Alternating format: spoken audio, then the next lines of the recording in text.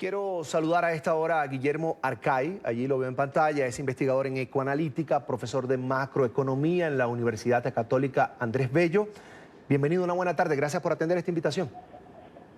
Muchas gracias a ustedes por la invitación. Uno escucha ese informe y uno no sabe por dónde comenzar, pero vamos a tratar de hablar sobre la economía venezolana. ¿Hay algún término, concepto que defina la situación actual de la economía venezolana, eso que están viviendo los millones de hogares pobres, empobrecidos además, durante este gobierno en Venezuela? Bueno, creo que hay muchos factores que están confluyendo simultáneamente. Principalmente lo que vive Venezuela es una hiperinflación. Es una hiperinflación que sigue desatendida, una hiperinflación donde el gobierno no ha intentado de atacar las dos principales raíces, que son el aumento acelerado de la oferta de dinero, la oferta de bolívares y la caída acelerada de la demanda de bolívares. Cada vez el Banco Central emite más dinero a la calle y cada vez más los venezolanos se deshacen de su dinero a una velocidad más rápida. Entonces, entre estas dos causas fundamentales están haciendo que el valor del bolívar frente al dólar y frente al resto de los bienes y servicios en la economía caiga aceleradamente. Esto se traduce en depreciación e inflación.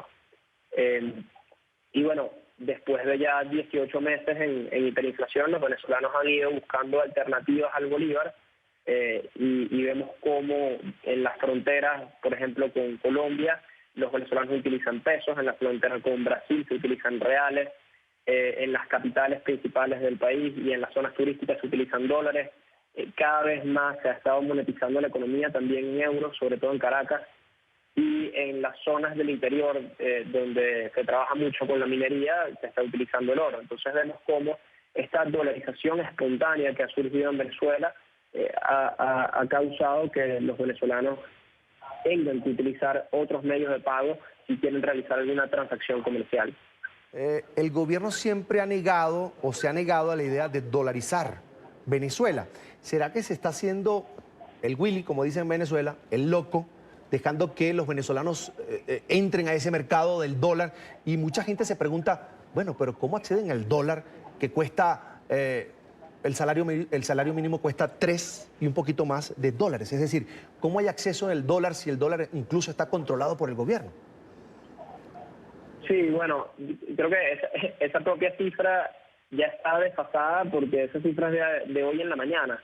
Ya hoy por hoy, a estas horas del día, el dólar se está transando a más de 6.000 bolívares. Entonces, el salario mínimo quedaría por debajo de los $3, como en 2.8 dólares.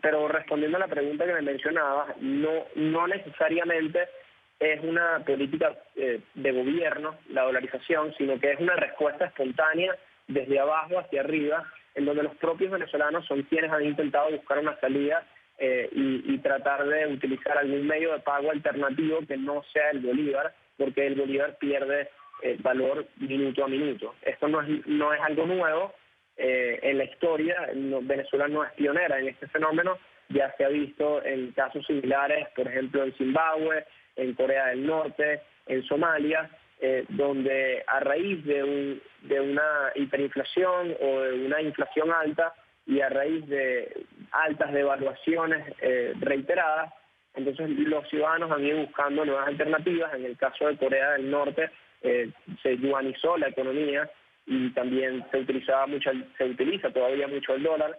En el caso de Zimbabue llegó a haber una competencia entre más de 8 monedas simultáneas una vez que el dólar zimbabuense dejó de circular. Y bueno, en el caso venezolano tenemos una competencia entre el peso, el real, el dólar, el euro y el oro, por ver quién será el medio de pago por excelencia en la economía venezolana.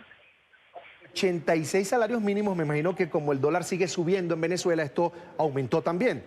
Para poder comprar alimentos, creo que ni teniendo salarios en dólares en Venezuela, las familias pueden sobrellevar esta situación. Y vuelvo al tema de la hiperinflación, que es el término que pusimos desde que iniciamos la entrevista. Después de la hiperinflación, ¿qué? ¿Eso tiene un término? ¿Explotará? ¿O qué es lo que viene? ¿Un estallido social en Venezuela?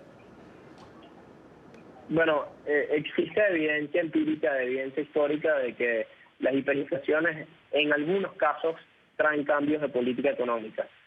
Una hiperinflación solo puede terminar si hay un cambio de política económica que genere suficiente confianza, que retome la demanda de bolívares en el país y que deje de emitir dinero, que deje de emitir bolívares en este caso, para controlar la oferta de bolívares. Sin política económica no puede haber una estabilización de los precios y un fin a la hiperinflación.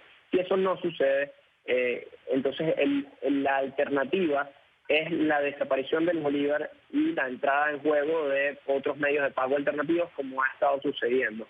Hoy por hoy el bolívar sigue existiendo, la mayoría de los establecimientos siguen aceptando bolívares, pero en el futuro eso no es una garantía, eso podría dejar de suceder. Cuando me mencionas acerca de cómo, bueno, Venezuela es una sociedad que está altamente empobrecida.